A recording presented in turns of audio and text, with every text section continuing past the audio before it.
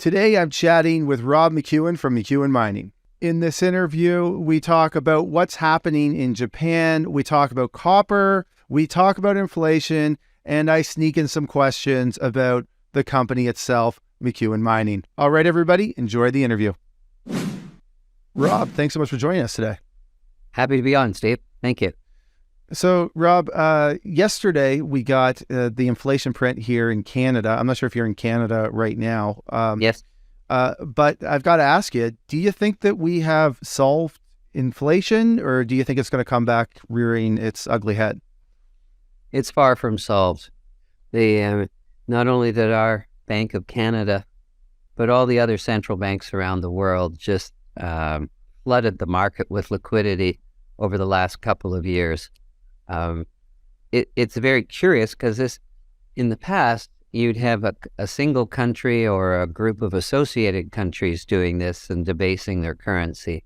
But this time it's a global phenomena, and it's not going away anytime soon. And you can see, just the energy prices rippling through the food chain. Industries all over are reporting increase in input costs. No, it's not going away for a while. So for years in Canada, we had asset inflation, right? Asset price inflation, and the Bank of Canada or the Fed really effectively did nothing about it because they didn't care about housing prices going up or the stock market going up. But then consumer prices start going up. It's suddenly a problem. Do you think that there should be more of a focus on those asset prices and the impact that actually has on younger people and the lower wage earners? Well, they're going to be hardest hurt by this. Costs have been going up. The governments, again, the central banks around the world, intoxicated everybody with low interest rates. There was zero cost to borrowing for a while, and that led to enormous speculation in all sorts of asset classes, whether it's real estate or financial, and consumer goods. There was a buying binge. It's going to be difficult to control interest rates for a while. Are you watching what's happening right now with the Bank of Japan? I read an article yesterday with James Grant from the Interest Rate Observer suggesting that what's happening right now with the Japanese yen is the greatest risk to the global economy. Do you view what's happening in Japan right now as sort of, I don't know if a watershed moment is the right term, but maybe a little bit of a unhinging of the global markets? It's the third largest economy in the world, so whatever's happening there will have an effect elsewhere. The magnitude of it, I really can't say, but it's a big player in the world market. So we've seen another state come out and they're banning anything but EVs. That was Wyoming last week. Do you think that we're going to see more states start to come in with these mandates, and what does that mean for copper and other commodities? I saw that yesterday. It was very curious that there are states sort of banning the sale of EVs or not encouraging it when the entire world is. And I would say probably some of the districts that are highly dependent on fossil fuels are going to be looking after their major source of employment. You might see other moves like that, but I don't think it will have a large impact on the demand for copper. Where do you see the copper market going? We always hear about these shortages in the market. Eventually, that's going to have a moment where we start to see some sort of volatility in the price of copper, you'd think. What are we missing here? Why hasn't copper caught more momentum, given the fact that we keep reading about these shortages and all the copper the world needs? What's holding the price of copper back? I think the majority of investors have been looking at the broad market and seeing it going south and not looking for other opportunities where they could invest at the moment. you're seeing in the copper market, Chile and Peru provide 40% of the world's annual production of copper. And we're seeing a number of protests, road blockages, where operations have to be either curtail their production or pause their production, cease their production because they can't get their product to the port. There are deficits appearing, and maybe we have to see more, just more time pass before people look at it. Copper's performed not badly in the last couple of weeks. It's just up to 426 today. It wasn't very long ago that it was around 370, 380. And I think as more of the auto manufacturers come out and say they're going to have all EV cars in 2030, 2035, and you look at the continuing urbanization of Southeast Asia, copper is a huge component there. So you have closures or interruptions to the supply, and bringing a new project on is fraught with a lot of risk as well and time delays. So, I think the whole commodity sector is going to be moving higher as the currency values drop relative to the commodity. Let's talk gold for a second. In 2020, we had you on. At that time, you had a $5,000 price target for gold. Are you still sitting with a $5,000 price target? Where do you think gold's heading in light of everything that's happening in the world right now? I think it'd go higher than 5,000, Steve. As I said earlier, the central banks around the world, I felt, were irresponsible in the liquidity they created. It's unprecedented, the amount of liquidity that has been created. And that, combined with low interest rates, had created a lot of speculation. And that went into the high tech, the biotech, and it's coming out and into the cryptos.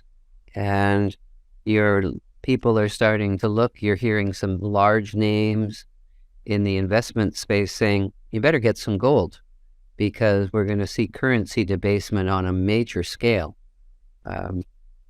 In 2000, we got up to just over $2,000 a couple of years ago. Then it backed off. It's making a run at it again, and you're likely to see it trying to reach to 3,000 this year, and 5,000 is a couple of years down the road. But I guess I'm a student of economic history, and what we're going through right now has never happened before, not on a global scale. What price do you think gold has to be at in order for mining to be attractive for investors again? Do you think at these levels it's attractive, or do you think it needs to be sort of in that a few $100s higher in order to start to see more capital flowing into sort of those mid-tier mining names? You're starting to see, some of the majors were paying dividends 5-6%. That should attract people. Should. Yes. It's just the gold mining space is a tiny sector of the market. It might be 1 or 2% of the entire market. So for most people, it's not something they ever look at. And when they do, they're going to say, well, maybe I'm too late. I think they're right at the beginning. It's a great time to be looking at this space. So 2022 was a challenging year for the financial markets, obviously. You think that things are going to be picking up in 2023, or do you think that I chatted with Jim Rogers yesterday, and I asked him, what are your top trade ideas? And he didn't really have an answer for me. It sounded like it was sort of keep your cash on the sidelines and wait for the next opportunity. And that's sort of been my strategy. How do you feel about the markets right now in 2023? You think that we got to wait for the Fed to stop their rate hike cycle? What's your sort of outlook for the financial markets right now for the next year? I'd be going long commodities, foodstuffs, metals, energy, and precious metals. I think this is going to be the year for that segment of the market. Do you think we might see some M&A start picking up in the mining space? Sure. As people have, if the market unfolds as I think it will, we'll see more capital flowing into this space, and that'll give people in the industry more confidence to look to growing again. Right now it's going through there's been quite a bit of cost increase in the industry. A lot of the suppliers to the industry didn't bother. I guess they got tired of providing working capital to the miners by having large inventories. And we're seeing the mining coming back strongly, but there's shortages of labor, there's shortage of all sorts of the consumables you use to produce an ounce of gold or silver or a pound of copper.